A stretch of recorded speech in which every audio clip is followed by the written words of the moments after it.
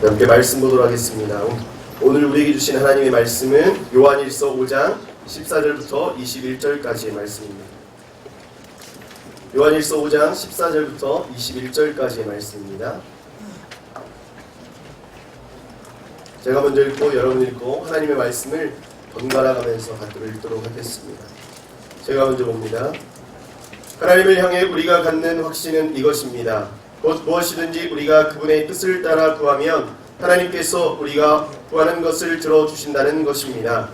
그리고 우리가 무엇을 구하든지 하나님께서 들어주시는 것을 알면 우리는 우리가 구하는 것들을 그분으로부터 받는다는 것도 압니다. 누구든지 자기의 형제가 죄를 짓는 것을 보거든 그것이 죽음에 이르는 죄가 아니라면 하나님께 간구하십시오. 그러면 하나님께서 죽음에 이르지 않는 죄를 지은 그에게 생명을 주실 것입니다. 죽음에 이르는 죄도 있습니다. 내가 말하는 것은 그 죄에 대해 기도하라는 것이 아닙니다. 우리는 모두 죄입니다. 그러나 죽음에 이르지 않는 죄도 있습니다. 우리는 하나님에게서 난 사람은 누구든지 죄를 짓지 않는다는 것을 압니다. 하나님에게서 나신 분께서 그를 지키심으로 악한 자가 그를 해치지 못합니다. 우리는 압니다. 우리는 하나님께 속해 있으나 온 세상은 악한 자의 지배 아래 있습니다. 또 우리가 아는 것은 하나님의 아들이 오셔서 우리에게 지각을 주셔서 참되신 분을 알게 하시고 또 우리가 참되신 분 곧 하나님의 아들 예수 그리스도 안에 있다는 것을 알게 하신 것입니다. 그분은 참 하나님이시며 영원한 생명이십니다. 자녀들이여 우상들로부터 여러분 자신을 지키십시오. 아멘. 오늘의 말씀 요한일서 5장 14절에서 21절의 말씀을 통해서 하나님께서 저와 여러분에게 은혜 주시기를 간절히 소원합니다. 우리가 살아가다 보면 필요한 것들이 참 많이 있습니다. 물론 반드시 필요한 것은 아니지만 우리는 반드시 필요하진 않지만 있으면 너무 좋은 것들이 많이 있다라는 것이죠.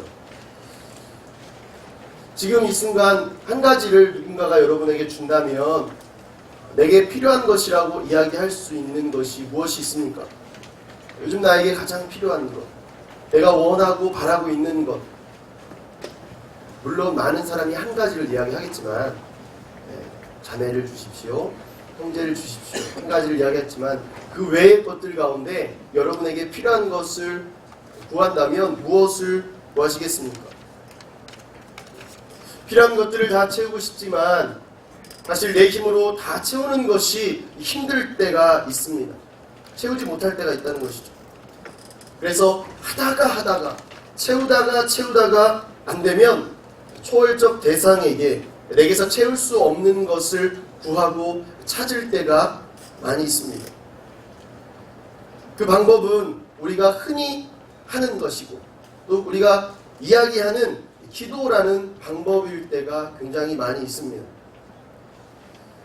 그러나 우리가 필요한 것을 하다가 안 돼서 채우다가 안 돼서 마지막 순간에 이것을 그러한 상황에서 기도하는 것은 기도가 능력 있는 것이 아니라 나의 필요와 요청의 수단 정도로밖에 안 되는 그러한 것으로 전락하게 만들어버리는 아주 안 좋은 방법 중에 습관 중에 하나입니다. 우리 14절부터 15절까지의 말씀을 한번 같이 봅시다. 14절부터 15절 시작.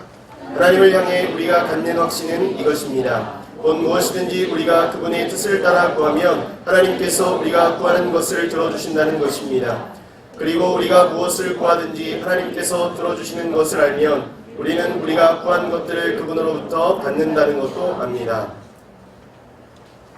함께 따라해 보겠습니다. 기도의 확신을 가집시오. 네. 우리 옆 사람을 보고 한번 이야기할게요. 당신은 기도의 확신이 있습니까? 한번 질문해 보십시오. 대답하셔야죠. 사실 우리가 살아가다 보면 또 신앙생활 하다가 보면 기도라는 것을 내 자신의 우리의 필요를 채우는 수단으로 이해할 때가 종종 있습니다. 그렇게 사용하는 경우가 종종 있습니다. 그런데 더 큰 문제가 있습니다. 기도를 내 필요를 채우는 수단으로 생각하는 것보다 더 큰 문제가 있습니다. 더 큰 문제는 무엇이냐면 그렇게 기도하는 가운데 너무나 쉽게 기도의 응답을 확신한다는 거예요.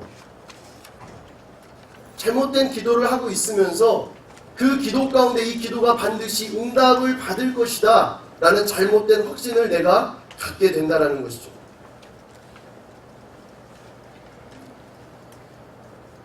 백일 기도를 하고 40일 특세를 하고 매일 큐티를 하면서 기도를 해요. 그런데 기도하는데 그 기도의 방법이 잘못되고 그 기도의 습관이 잘못되었음에도 불구하고 내가 기도하면 반드시 이루어 주실 거야. 100일이 지나고 나면 하나님이 이루어 주실 거야. 40일이 지나고 나면 이 기도의 응답이 반드시 나에게 있을 거야. 그러한 확신을 가진다는 것이죠. 그런 때는 확신 가운데 변화되지 않고 일어나지 않는 기도의 제목을 놓고 계속해서 매달려요. 100일, 40일. 이루어지면 참 그나마 괜찮을 텐데 결국에 그것이 이루어지지 않을 때가 더 많다는 것이죠.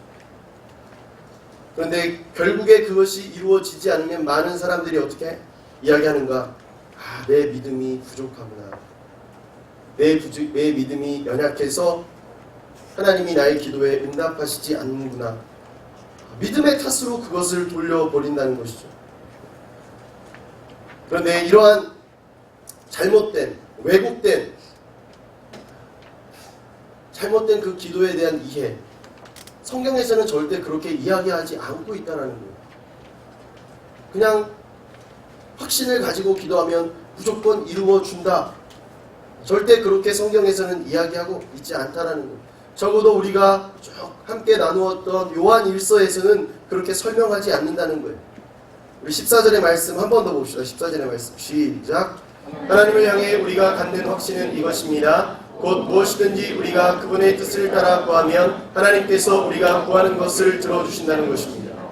개역개정 성경을 보면요, 14절에 이 확신이라는 단어를 무엇이라고 이야기하냐면 담대함이라는 단어로 표현하고 있어요. 담대함. 우리는 때로는 너무나 무모하리 많지 담대할 때가 있어요. 지나친 확신, 지나친 담대함으로 나아갈 때가 있다는 거예요. 무식하면 용감하다는 말이 있어요. 기도에 대한 제대로 된 방법을 고민해보지 않고 내가 기도하면 무조건 되는 거야. 막 이렇게 확신하고 기도 가운데 거할 때가 있다는 거예요. 그런데 잘못된 확신이 너무 지나치게 되면 그것은 병이 된다는 거예요. 그릇된 기도의 방법과 잘못된 확신은 영적인 병을 입을 수밖에 없다는 거예요. 근데 지나쳐도 좋으니까, 지나친 확신이어도 좋으니까 우리가 가져야 될 확신이 있어요. 그 확신은 무엇이냐면 내가 기도하되, 내가 확신을 하되 하나님의 뜻대로 구하는 내 기도는 반드시 이루어진다라는 확신이 우리 가운데 지나쳐야 된다는 거예요. 내 것을, 내 필요를, 내 요청을 충족시키기 위한 기도가 아니라 이것은 말도 안 되는 기도지만, 누가 들어도 이것은 말도 안 되는 기도지만 내 것을 구하는 것이 아니라 하나님의 나라를 구하고 그의 의를 구하는 그 기도는 지나쳐도 괜찮다는 거예요. 기도는 내 뜻을 구하는 것이 아니에요. 내 뜻을 구하는 것이 아니라 하나님의 뜻을 구하는 것입니다. 기도라는 것은 내 것을 하나님께 막 토해내는 것이 아니에요. 적어도 내가 10분을 토해냈다면, 10분을 하나님께 막 쏘아붙였다면 적어도 20분은 하나님의 뜻을 알기 위해 기도해야 된다는 거예요. 하나님의 뜻을 알기 위해 기도해야 된다는 거예요. 교제하는 사이 가운데 관계가 틀어지는 가장 큰 이유가 있습니다. 그것은 무엇이냐면 한 사람의 주장이 너무나 강해졌습니다. 어제 제가 주례를 했는데요. 태어나서 처음으로 주례를 해봤습니다. 모두가 깜짝 놀랐어요. 모두가 제가 목사라는 것을 믿지 않더라고요. 가운을 들고 있는데 자꾸 가운과 저를 번갈아 가면서 오늘 주례 선생님이세요? 그렇게 예, 그렇다고 그제서야 이제 자리를 안내해 주더라고요. 좀 마음이 좀 불편한 그런 게 있었는데 제가 이야기를 하다가 그런 이야기를 했습니다. 주례를 하다가 부부관계는 줄다리기 하는 관계가 아니다. 상대방과 함께 맞서서 이렇게 하는 내 쪽으로 땡기는 관계가 아니라 세상과 맞서서 같은 편이 되어서 세상을 내 쪽으로 땡기는, 같이 땡기는, 이기는 관계가 되어야 된다는 것을 이야기를 했어요. 사실 하나님과의 관계가 우리와 하나님과의 관계가 그런 관계여야 되겠다. 우리는 늘 하나님과 줄다리기를 하잖아요. 마치 야곱이 때를 쓰고 내게 축복을 해주지 않으면 절대 이거를 놔주지 않겠습니다 하고 씨름하는 야곱의 믿음이 전부인 양 그렇게 살아갈 때가 너무 많다는 거예요. 때를 쓰고 내놔라 안 내놓냐, 내놔라 안 내놓냐, 그렇게 할 때가 너무 많다는 것이죠. 그것이 전부가 아니라는 거예요. 그렇게 할 때 그 관계는 깨져버린다는 것이죠. 한 사람이 이기지 않으면 그냥 깨져버린다는 거예요. 내가 이기든 하나님이 이기든 하여튼 맞짱 떠서 될 때까지 한번 해보겠다. 그런 생각을 가지고 그렇게 행동하는 경우가 너무 많다라는 것이죠. 하나님과 우리의 관계는 맞짱을 뜨는 맞서는 관계가 아니에요. 맨날 어쩌다 한 번은 그럴 수 있겠죠. 근데 매번 그런다고 생각해 보십시오. 매일 만났는데 서로 기싸움을 하는 거예요. 매일 만났는데 이것만큼 내가 포기할 수 없어. 이럴 것 같으면 우리 그만 만나. 그렇게 하면 이 관계가 어떻게 유지가 되겠습니까? 하나님과의 관계도 그래요. 가끔은 나도 요청하는 것이 있을 수 있죠. 근데 매일 하나님과 맞서서 그렇게 살아간다면 얼마나 내 인생이 힘들겠습니까? 얼마나 그 신앙이 힘들겠어요. 여러분, 야곱의 그 믿음 대단한 믿음이죠. 그러나 그 믿음이 야곱의 인생의 전부를 차지한다고 생각하면 큰 오산이라는 거예요. 여러분, 맨날 여러분의 신앙이 하나님께 야곱처럼 맨날 다리가 부러질 때까지 기도해야 된다고 생각해 보십시오. 그 신앙이 온전한 신앙이겠냐는 거예요. 매일 그런다는 거예요. 그 신앙의 모습이, 그 믿음이 얼마나 건강하겠냐는 거예요. 기도는 내 뜻이 아니라 하나님의 뜻을 구하는 거예요. 내가 하나님과 적을 삼는 것이 아니라, 때를 쓰는 것이 아니라 하나님의 뜻을 듣고 그것을 이루어 드리는 거예요. 내 뜻이 아니라 하나님의 뜻이 이 땅 가운데 이루어지기를 간구하는 것이라는 거예요. 내 뜻이 아니라 하나님의 뜻을 구하기에 우리는 지나치리만큼 확신을 가질 수 있게 된다라는 거예요. 하나님의 뜻이 이루어지는 것에 대해서는 확신이 없으면서 내 거는 반드시 이루어져야 된다라는 확신을 가지고 있다면 우리의 기도의 생활을 다시금 생각해 보아야 된다라는 거예요. 내 뜻이 아니라 하나님의 뜻을 구하는 방법이, 목사님, 그럼 내 뜻이 아니라 하나님의 뜻을 구하는 방법은 무엇이 있습니까? 에베소서 6장 18절에 보면 그렇게 이야기를 하더라고요. 모든 기도와 간구를 하되 항상 성령 안에서 기도하고 이를 위하여 깨어 구하기를 항상 힘쓰며 여러 성도를 위하여 구하라. 에베소서 말씀에서는 항상 성령 안에서 깨어서 기도하라고 이야기하고 있습니다. 깨어 구하기를 항상 힘쓰라는 말씀처럼 성령 안에서 항상 우리의 영혼을 깨우고 있으라는 것이죠. 또한 나만을 위하여서 기도하는 모습이 아니라 기도의 지경을 넓혀서 더 많은 사람을 위하여 기도를 하라고 이야기하고 있다는 거예요. 여러분, 여러분의 기도의 모습은 어떻습니까? 새벽 예배를 하러 오는데 성령 안에 거해야 되는데 졸음 안에 거하고, 제가 부끄럽지만 한 가지를 이야기한다면, 예전에 제가 나온 학교에서 새벽 예배를 6시부터 해요. 근데 전날 방에서 대학교 1학년 때 너무 심하게 논 거예요.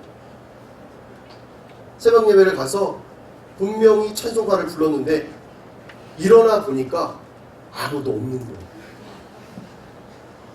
심지어 일어날 때 목이 너무 아파서 제가 일어난 거죠. 근데 이미 시간이 8시 반, 수업 시작할 시간이 돼버린 거예요. 혹시 우리의 모습이, 그냥 기도하는 모습이 내 뜻대로, 내 마음대로 그냥 평소에 하던 그대로 계속해서 기도하고 있다면 다시금 한번 돌이켜 봐야 돼요. 성장과 성숙을 거듭하지 않으면 결국에는 죽게 돼 있는 거예요. 여러분, 우리는 이미 다 성장했지 않습니까? 성장이 끝나면 어떻게 됩니까? 점점 죽어간다는 것을 아시죠? 우리의 육신이 20살, 서너 살까지 자란다고 하지 않습니까? 다 자라나면 어떻게 됩니까? 점점 죽음을 향해서 달려가는 거예요. 우리의 신앙이 성숙하고 성장하지 않는다면 이 정도면 됐지, 이 정도면 괜찮아, 그렇게 하고 머물러 있다면 우리의 신앙은 점점 죽어가게 될 것이라는 거예요. 기도의 확신을 갖되 내 것을 취하는 기도의 확신을 갖는 것이 아니라 하나님께로부터 성령 안에서 임하는 그 기도의 확신을 가질 수 있는 여러분들이 되어지기를 간절히 소원합니다.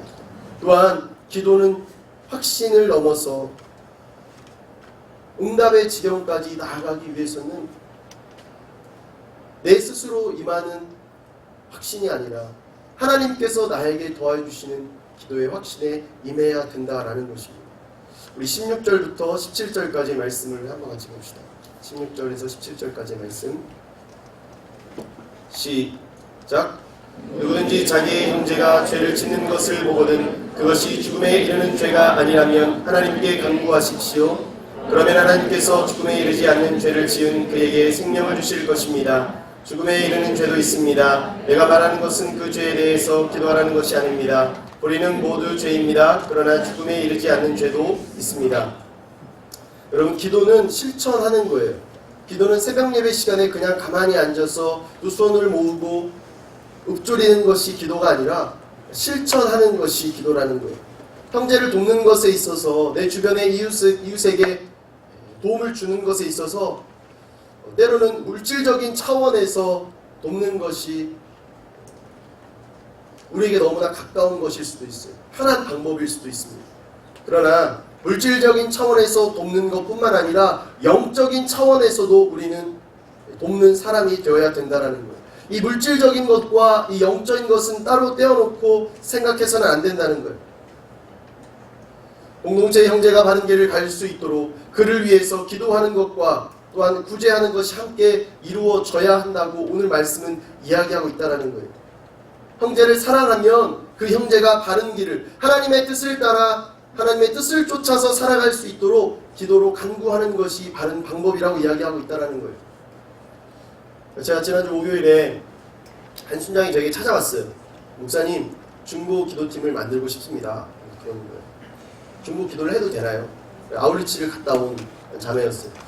그 아울리치를 다녀온 지역을 위해서 함께 기도했으면 좋겠는데 몇 명이 안 돼도 좋으니까 목사님, 수모임 다 끝나고 모여서 기도하면 안 되나요? 그래서 기도한다는데 제가 그래서 안 돼 라고 얘기하지 않잖아요. 기도 너무 길게 할 것 같아, 하지마, 이렇게 하지 않잖아요. 기도하면 너무 좋은 것 같다. 말씀을 준비하다가 자매가 떠올랐어요. 여러분, 우리가 원데이 아울리치 오디오를 가고요, 또 우리가 섬기는 여러 가지 부분들이 있습니다. 팀이 있고 또 공동체 안에서 또 섬기는 것들이 있어요. 또 올 여름에 또 우리가 아울리치를 다녀왔죠. 여러분, 아울리치를 다녀오고 오디오 사역을 하는데 그 사역팀들, 이 사역팀들이 사역이 끝나고 나면 가장 먼저 하는 것이 있어요. 그 창에서 가장 먼저 나오는 대화가 있어요. 피드백이 있어요. 무엇이냐면, 우리 뒤풀이는 언제 하나요? 우리 애프터 모임은 언제 할까요? 제가 아울리치가 끝나기 전에 한 팀장이 저에게 이야기하는 거예요. 목사님, 우리 애프터 모임 언제 하기로 했어요? 아니, 우리 해당 예배가 아직 안 끝났는데 너네 끝났다고 해버리면 어떻게 할까? 아, 맞네요. 죄송합니다, 목사님. 고맙다고. 그렇게 이야기를 했어요. 여러분, 아울리치를 다녀와서, 오디오를 다녀와서 사역을 끝마치고 나서 우리가 먼저 해야 될 것, 애프터 모임이 아니에요. 후속 모임, 그 후속 모임은 먹는 모임, 뒤풀이 모임이 아니라는 거예요. 아울리치를 다녀왔고 오디오를 다녀왔으면 기도팀을 결성해야 되는 것이죠. 기도팀을 결성해서 몸으로 내가 도왔던, 나의 물질로 도왔던 그곳을 이제는 기도로 돕는 모습이 일어나야 된다는 거예요. 여러분, 내 기도는 무엇으로 채워져 있습니까? 다른 사람을 돕고 다른 사람을 위한 기도는 하지 않고 하나님의 나라와 그의 의를 위한 기도는 하지 않고 나의 필요로 채워져 있다면 나의 간구와 기대로 채워져 있다면 우리의 기도의 모습은 달라져야 한다라는 것입니다. 우리 18절부터 20절까지의 말씀 우리 한번 같이 봅시다. 18절부터 20절 시작. 우리는 하나님에게서 난 사람은 누구든지 죄를 짓지 않는다는 것을 하나님에게서 나신 분께서 그를 지키심으로 악한 자를 그가 짓지 못합니다. 우리는 압니다. 우리는 하나님께 속해 있으나 온 세상은 악한 자의 지배 아래 있습니다. 또 우리가 아는 것은 하나님의 아들이 오셔서 우리에게 지각을 주셔서 참되신 분을 알게 하시고 또 우리가 참되신 분 곧 하나님의 아들 예수 그리스도 안에 있다는 것을 알게 하신 것입니다. 그분은 참 하나님이시며 영원한 생명이십니다. 우리 옆 사람을 보고서 한번 이야기합시다. 나는 기도하는 사람입니다. 정말 우리가 이야기한 것처럼 그런 기도하는 사람이 되기를 간절히 소원합니다. 여러분, 내가 누구인지 나 자신이 누구인지를 이해하는 것이 굉장히 중요하죠. 나에 대한 어떤 주제를 파악하고 내 분수를 아는 것이 정말 중요합니다. 그것을 잘 아는 그것을 알기 위해서 노력하는 것이 바로 이 정체성이라고 표현하기도 합니다. 내 주제를 잘 파악하는 것, 내 정체성을 잘 안다라는 것이죠. 그렇다면 믿는 사람의 정체성은 무엇이냐는 거예요. 오늘 말씀에서 18절, 19절, 20절의 말씀에서 믿는 사람의 정체성, 아이디어에 대해서 이야기를 합니다. 첫 번째, 믿는 사람은 하나님께로부터 난 사람이라는 거예요.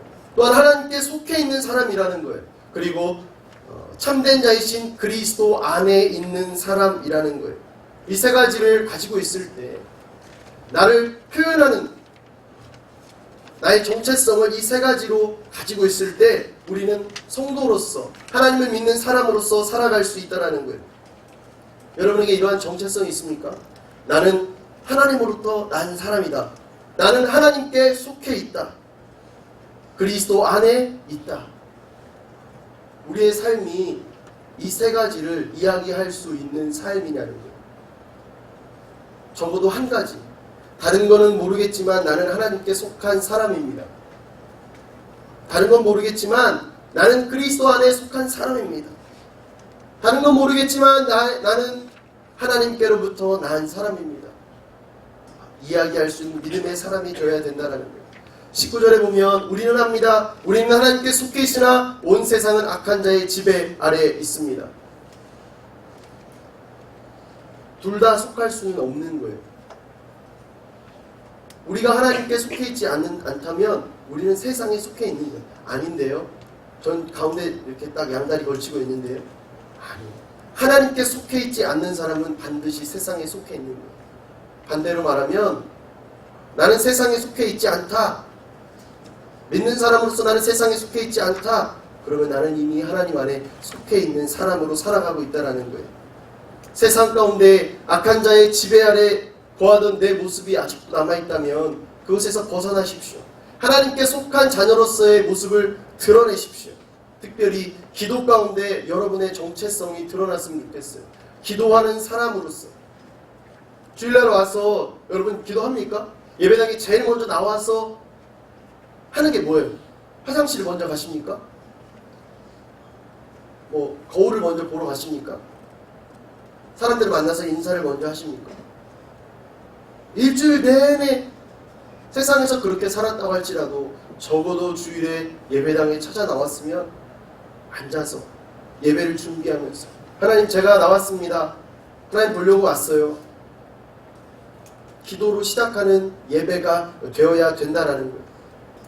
기도는 너무나 중요한 것입니다. 기도는 능력이 있는 거예요.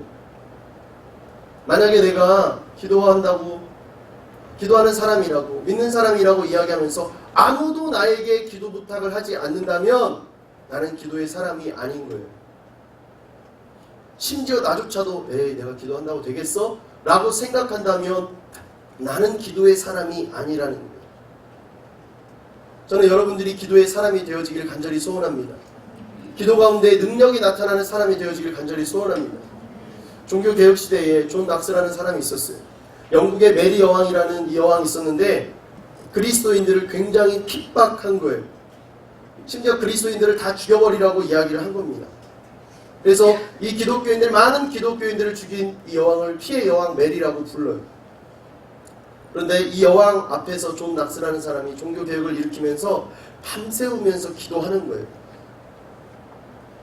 여러분, 상대방은 왕이에요. 상대방은 거대한 군대를 거느리고 있는 이 나라의 수장이라는 것이죠. 반대편에 있는 사람은 그냥 기도하는 사람이에요. 근데 결국에 어떻게 됐습니까? 이 메리 여왕이 결국에 중병에 걸려서 죽고 말았어요. 존 낙스가 가서 무슨 테러를 했다거나 뭔가를 한 게 아니에요. 존 낙스는 그냥 기도했습니다. 그냥 기도했는데 메리 여왕이 중병에 걸려서 죽어가는 거예요. 근데 죽기 전에 이 여왕이 한 이야기였어요. 우리가 너무나 잘 아는 것이죠. 존 낙스의 기도는 100만 명의 군대보다도 더 두렵다. 그 당시 최고 권력을 가지고 있었던 이 메리 여왕이었지만 기도하는 사람 존 낙스 이 한 사람을 이기지 못했다라는 거예요. 여러분, 기도에는 힘이 있는 거예요. 세상에 어떤 사람보다도 더 큰 힘을 가지고 있는 것이 바로 기도라는 것입니다. 세상에서 제일 무서운 사람이 누군지 아십니까? 그것은 기도를 하는 사람이에요. 힘이 센 사람, 능력 있는 사람, 이런 사람이 아니라 기도하는 사람이 가장 큰 힘을 가지고 있는 사람이라는 거예요. 왜냐하면 기도하는 사람과는 하나님이 늘 함께 하시기 때문에 그렇다는 거예요. 내가 비록 지금은 굉장히 부족하고 내가 처해 있는 상황이 굉장히 연약하다 할지라도 할 수 있는 것이 없고 도대체 변화되는 것이 없고 내가 영향력이 아무것도 없다 할지라도 내가 기도할 때 하나님은 움직이고 계신다는 거예요. 내가 기도하기 시작하면 하나님이 역사하시기 시작하신다는 거예요. 여러분, 혼자 힘으로 살아가면서 내 힘으로 개척해가면서 안 된다고 짜증내고 불평하고 원망하지 마십시오. 안 되면 우리는 기댈 때가 있잖아요. 세상의 사람들은 다른 것들을 찾습니다. 술을 마시거나 담배를 피거나 지금 이 현 상황을 잊기 위해 다른 것들을 합니다. 그러나 믿는 사람에게는 한 가지가 있어요. 아버지 하나님을 의지할 수 있다는 것이죠. 하나님의 손을 붙잡을 수 있다는 것. 하나님과 함께 할 때 우리의 무거운 인생이 가벼워지는 거예요. 그 짐을 벗어 던지는 것입니다. 하나님은 이미 우리에게 세상을 이기는 방법을 주셨어요. 그 방법은 무엇이냐? 예수님 말씀하신 것처럼 기도하는 거예요. 기도함을 통해서 하나님의 손을 붙잡는 것입니다. 나는 약하고 나는 능력이 없고 나는 부족하지만 내가 기도하는 하나님은 그렇지 않거든요. 기도는 그분의 손을 빌리는 거예요. 그분의 손을 붙잡는 것입니다. 세상에 많은 사람들은 가지고 있지 않은 그 손, 믿는 사람들에게, 기도하는 사람들에게는 그 손이 허락이 되었다는 거예요. 매일매일 순간순간 나의 힘이 연약하고 부족하고 채울 수 없는 것이 있을 때마다 주의 손을 붙잡을 수 있는 여러분들이 되어지기를 간절히 소원합니다. 우리 21절 말씀 마지막으로 함께 보겠습니다. 21절의 말씀 시작.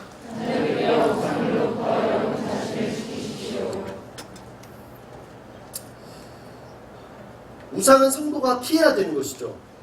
우상은 당연히 이것을 멀리 해야 되는 것입니다. 우상이라는 것의 정의는 어떻게 됩니까? 우상이라는 것은 다른 것이 아니에요. 뭐 그냥 이렇게 바알 신전, 아세라 목상 뭐 이런 것이 아닙니다. 석가모니상 뭐 이런 것일 수도 있죠. 근데 이것이 전부가 아니에요. 우상이라는 것은 나와 하나님의 관계를 멀어지게 하는 모든 것이 다 우상입니다. 각 사람의 상황에 따라서 환경에 따라서 그 우상의 모양은 조금씩 달라지겠죠. 요한 1서에서 공동체에 있어서 우상은 무엇이었냐면 그리스도를 부인하는 사람들의 달콤한 유혹이었어요.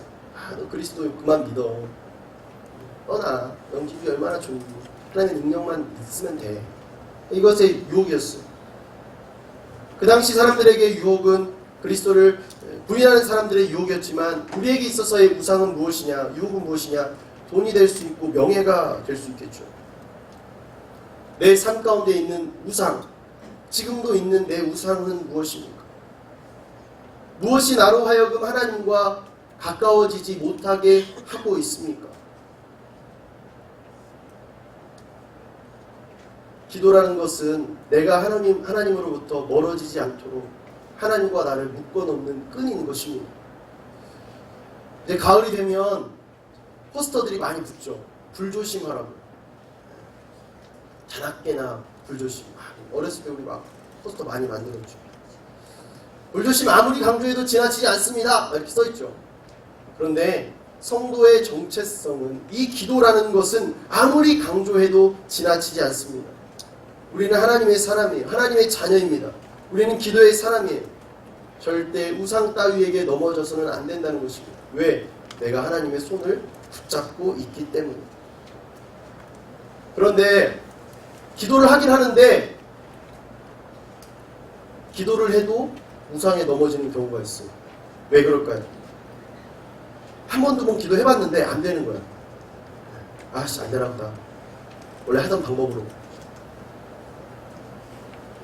한 번, 두 번 기도해서 변화가 없다고 해서 다시 넘어지지 마십시오. 기도의 성공은 응답이 아니에요. 기도의 성공은 응답이 아닙니다. 응답 받았다고 해서 그 기도가 꼭 100% 성공했다라는 보장이 없습니다. 기도에 있어서의 성공이라는 것을 따질 수가 없어요. 그 기도의 응답을 이 기도의 실패와 성공의 기준으로 삼아서는 안 된다는 거예요. 기도의 성공은 무엇이냐? 내가 하나님과 떨어지지 않는 것이에요. 내가 삶 속에서 기도자로, 예배자로 살아가는 것이, 지속적으로 하나님의 사람으로 살아가는 것이 기도의 성공인 것입니다. 복음에 합당한 모습으로 삶을 살아가는 것이 바로 기도에 성공한 사람의 모습이라는 거예요. 또한 기도의 실패는 다른 것이 아니에요. 기도의 실패는 무엇인지 아십니까? 기도의 실패는 바로 기도하기를 멈추는 순간이 바로 내가 기도에 실패한 그 순간이라는 거예요. 내가 했던 그 기도가 실패한 기도가 되는 것은 내가 기도하기를 멈추는 순간이 바로 실패한 순간이 된다는 거예요. 여러분, 기도하기를 멈추지 마십시오. 내가 숨 쉬는 것을 참으면 어떻게 됩니까? 죽어요. 하나님의 사람이 기도하지 않으면 죽는 것입니다. 내 영혼이 죽는 거예요. 사무엘상 12장 23절에 사무엘이 이렇게 이야기합니다. 내가 너희를 위해 기도하지 않는 것은 여호와께 죄를 짓는 것이니 그런 죄를 결단코 짓지 않고 선하고 올바른 길을 너희에게 가르쳐 줄 것이다. 사무엘은 마지막으로 백성들에게 12장에 고별설교를 하면서 그렇게 이야기해요. 기도하기를 쉬는 것이 바로 죄라고까지 이야기를 하고 있는 거예요. 데살로니가전서 5장 17절에 무엇이라고 이야기하는가? 쉬지 말고 기도하라고 이야기해요. 기도는 우리의 호흡입니다. 영혼의 호흡이에요. 멈추지 않는 기도, 응답의 유무를 떠나서 멈추지 않는 기도를 할 때 우리는 반드시 응답을 받을 수 있습니다. 왜? 하나님은 우리가 기도하면 지금 당장은 이루어주시지 않는다 할지라도 다 듣고 계시거든요. 하나님이 지금 다 듣고 계세요.